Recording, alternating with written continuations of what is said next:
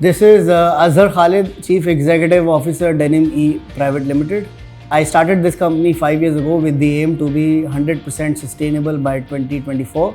And we decided to go with solar power. One reason was to get this cheaper resource of power, and the other was to be sustainable. These days, solar energy is giving much acting as a easier resource. So we went with solar, which is now adding up to 35-40% of our need, which was not easy to get from any other resource than solar.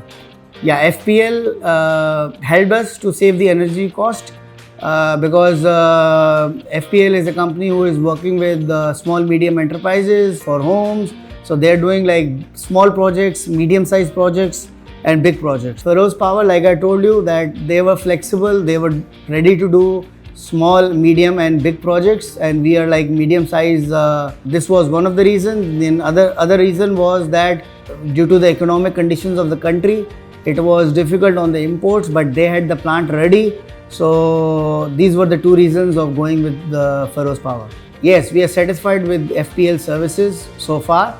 The efficiency of the plant is going up to 70%, but we want to increase it to more than 85%. And Feroz Power is working closely with us to do it, and I hope that we will do it together.